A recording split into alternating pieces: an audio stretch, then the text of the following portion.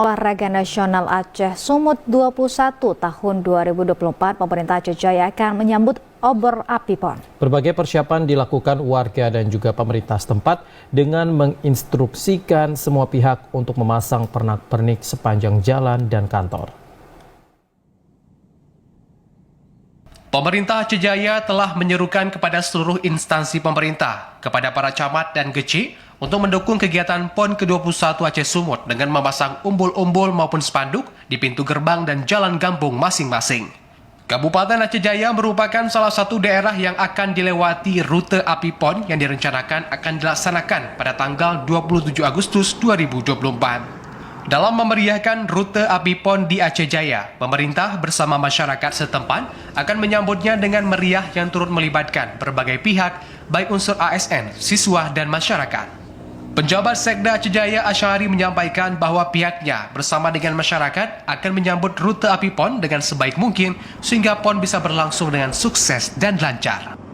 Hari ini baru selesai duduk bersama berkaitan dengan menyambut api PON yang melintas di Kabupaten Aceh Jaya.